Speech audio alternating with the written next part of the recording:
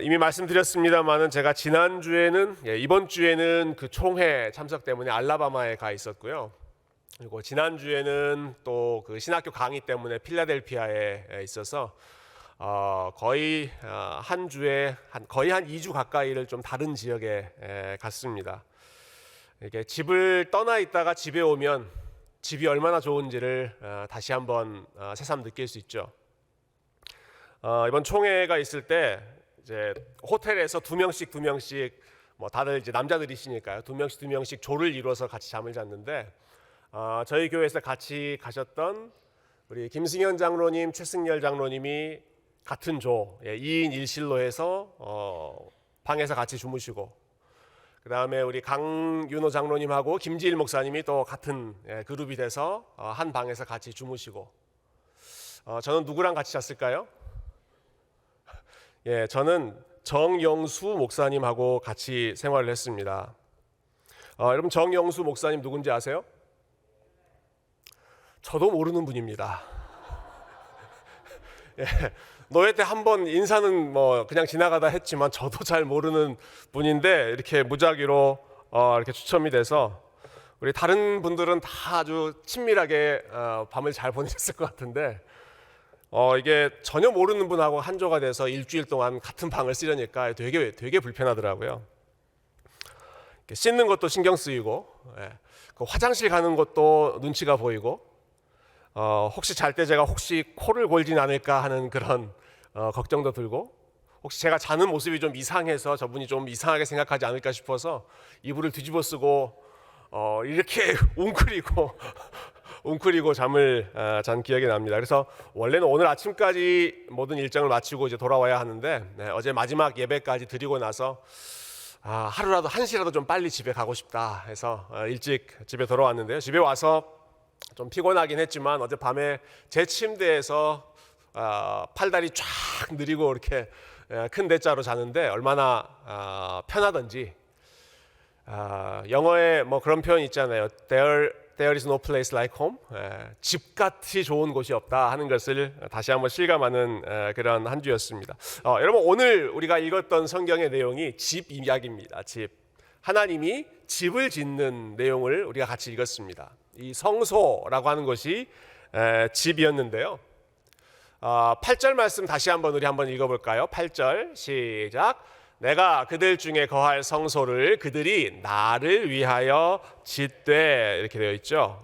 성소, 영어로는 sanctuary라고 되어 있고 거룩한 장소이다. 거룩한 집, 하나님의 집, 하나님 예배하는 그 장소를 성소라고 불렀는데 이 성소를 지으라라고 말씀하시는 거죠.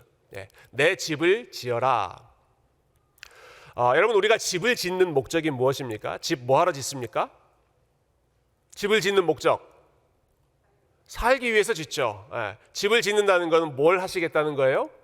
내가 너희와 함께 살겠다라는 것입니다. 하나님이 sanctuary, 성소, tabernacle 여러 가지 이름으로 불릴 수 있습니다. 내가 이 집을 너희 가운데 만들고 이제는 어떻게 하겠다? 내가 너희와 함께 살겠다 하는 거죠. 우리가 지난주에 배웠던 말씀이 십계명이었습니다. 지금 이 하나님이 집을 짓겠다라고 하는 것은 하나님이 십계명을 주신 다음에 Ten Commandments 이스라엘 백성들에게 주신 다음에 바로 하신 말씀인데 여러분 십계명을 어디서 이스라엘 백성들이 받았는지 기억하세요? 저기 옷이 하나 더 있는 것 같아요. 제가 맞추는 분에게 드릴게요. 십계명 이스라엘 백성들이 어디서 받았습니까? Where did Israel receive the Ten Commandments from God? What's the place name? Not really. 성경에는 아니고 어디? 시내산. 시내산. 박수. 이따가 저기 있는 거 제가 선물로 드릴게요. 사이즈는 좀 안 맞을지 모르지만 여러분 시내산이었습니다. 시내산. 근데 그 시내산에서 십계명을 받을 때 분위기가 어땠는지 한번 봐보세요. 이런 분위기였습니다. 위에서 막 번개가 떨어지는 거예요. 제가 그때 상황을 읽어볼게요. 못 백성이 우레와 번개와 나팔 소리와 산의 연기를 본지라 그들이 볼 때에 떨며 멀리 서서 모세에게 이르되 당신이 우리에게 말씀하소서 우리가 들으리이다. 하나님이 우리에게 말씀하시지 말게 하소서 우리가 죽을까 하나이다. 여러분 어떤 분위기인 것 같아요? 굉장히 무서운 분위기였습니다. 막 번개가 치고요. 산이 불이 타고요. 산이 전체가 흔들리면서 지진이 일어나고요. 그래서 이스라엘 백성들이 어떤 모습이었어요? 그들이 떨며 they trembled with fear 두려워서 벌벌 떨었습니다. 그리고 멀리 서서 they stayed at a distance 하나님께 가까이 가지 못하고 멀찌감치 서서 그들이 지켜봤습니다. 그러면서 말하죠. 하나님이 직접 우리에게 말씀하지 못하게 하시고 모세 당신이 우리한테 말씀해 주십시오. 하나님이 직접 우리에게 말씀했다가는 우리 큰일 나겠습니다. 그만큼 하나님과 멀리 distant 거리감을 느끼고 있었던 것이 지금 십계명을 받을 때의 분위기였습니다. 근데 바로 그 이후에 하나님이 야 집을 짓자 하시는 겁니다. 집을 짓자. 집을 지어라. 무엇을 하기 위해서? Then have them make a sanctuary for me and I will dwell among them. 내가 그들 가운데 dwell 함께 살겠다. 지금 멀리 이스라엘 백성들이 하나님 너무 무섭습니다. 하나님 말씀하지 마세요 라고 멀찌감치 벌벌 떨고 있는데 하나님께서 no 내가 너희 가운데 함께 살겠다. 두려워하지 말아라. 내가 너희와 함께 생활할 테니까 나를 위해서 집을 만들자 하시는 거죠.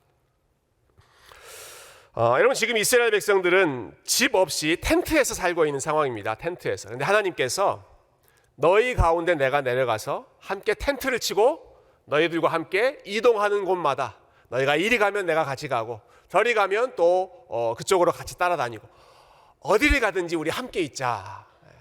이스라엘 백성들과 하나님 사이의 거리가 무척 가까워지는 그런 상황이죠.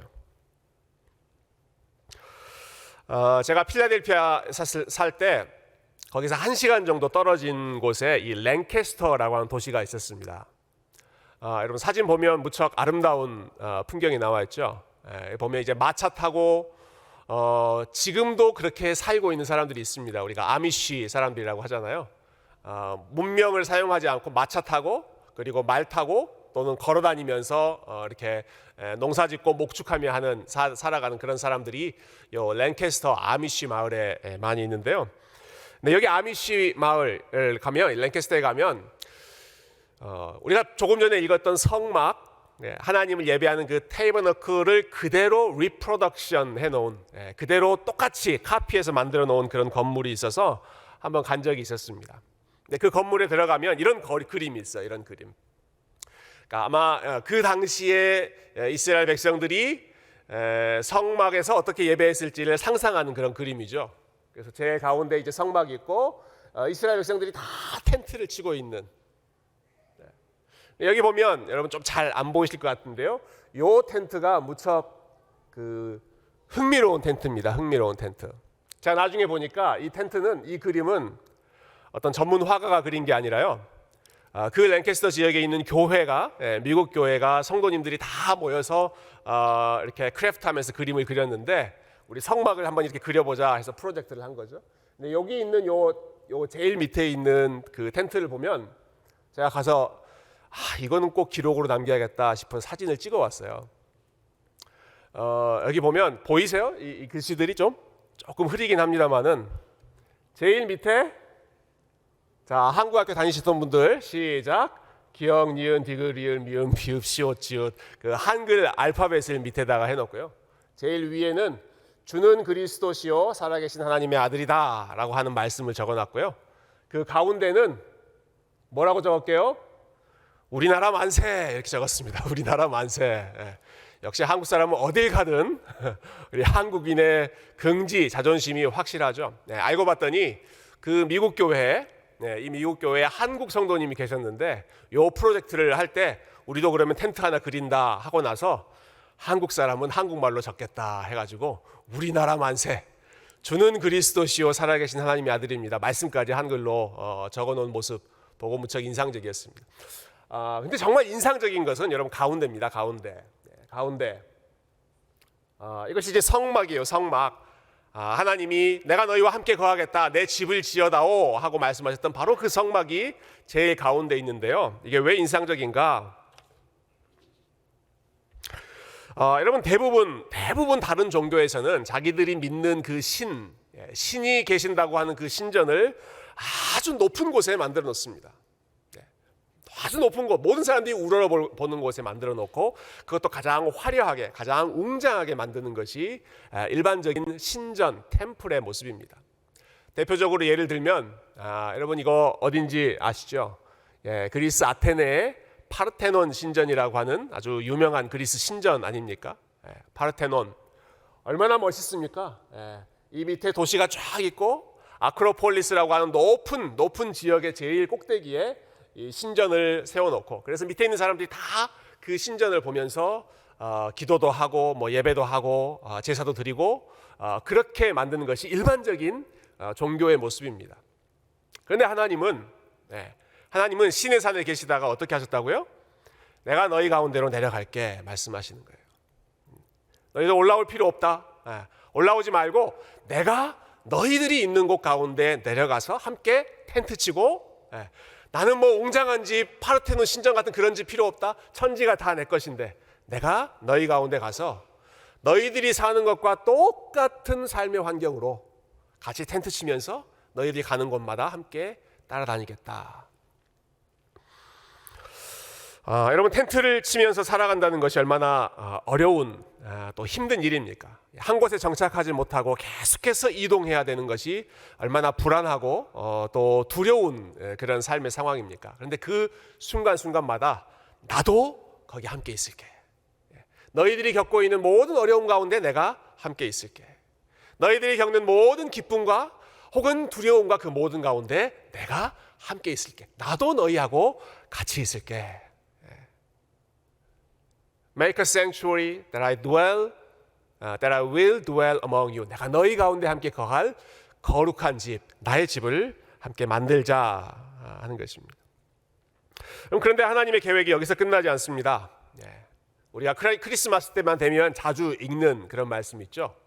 우리 요한복음 1장 14절 말씀 앞에 있는 거 우리 한글로 같이 한번 읽어봅시다. 시작.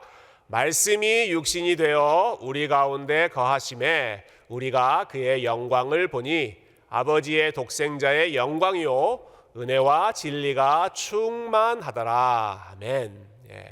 요 앞에 보면 말씀이 육신이 되어 우리 가운데 거하심에 라는 말씀, 하나님이 우리와 똑같은 인간이 되셨다라는 말씀이잖아요. 네, 이 말씀을 헬라어, 그리스어 성경으로 보면 이런 뜻입니다. The word, 하나님이셨던 그 말씀이 pitch the tent among us.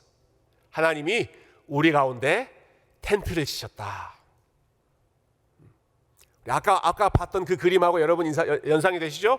우리 가운데 우리와 똑같은 모양으로 하나님이 오셔서 텐트를 치셨다. 조금 더 리얼하게 번역한 분이 메시지 바이블이라고 하는 유진 피터슨 목사님입니다. 이렇게 번역하셨어요. The word became flesh and blood and moved into the neighborhood. 하나님이 우리의 이웃이 되기 위해 우리 가운데 텐트를 치고 우리와 똑같은 모습으로 이 땅 가운데 오셨다. 예수님의 이야기를 하는 것이죠. 예수님이 우리 가운데 오셨던 진정한 성전, 하나님의 집이 되셨다는 것입니다. 자, 여기서 한 걸음만 더 마지막으로 나가봅시다. 우리 마지막 말씀 고린도전서 3장 16절 말씀인데요. 그 성경의 제일 중요한 구절들은 다 3장 16절하고 관계가 있는 것 같아요. 요한복음 3장 16절, 또 요한 1서 3장 16절도 무척 중요하고, 앞에 있는 고린도전서 3장 16절 같이 읽어봅시다. 시작. 너희는 너희가 하나님의 성전인 것과 하나님의 성령이 너희 안에 계시는 것을 알지 못하느냐. 아멘. 이제는 뭐가 성전이라고 그러세요? What is the temple of God? You are the temple of God. 너희가 하나님의 성전이다 하는 것입니다. 자, 계속 이렇게 발전되고 있죠. 처음에는 텐트, 성막이 하나님의 성전, 하나님을 만나는 곳이었는데, 그 다음에는 이 땅 가운데 우리 가운데 오셨던 텐트를 치셨던 예수님이 하나님의 집, 진정한 성전이셨고, 이제는 누가 성전이다? 저와 여러분이 그리스도 안에서 성령이 함께 거하시는 우리가 성전이다. 우리가 하나님의 집이다라고 하는 것입니다. 예. 여러분, 하나님의 집, 하나님의 성전이라고 하는 말은 하나님이 우리 가운데 함께 계신다라는 말입니다. 저와 여러분의 마음 가운데, 그리고 저와 여러분의 삶 가운데 우리가 어디에 있든지 하나님이 멀리서 계시는 것이 아니라 저와 여러분과 함께 24시간, 24 hours, 7일, 7 days, 365일 매일매일 저와 여러분과 우리 하나님이 함께 계시는 줄로 믿습니다. 한번 저를 따라서 해보시겠어요? 나는 하나님의 집입니다. 영어로도 한번 해봅시다. I am the house of God.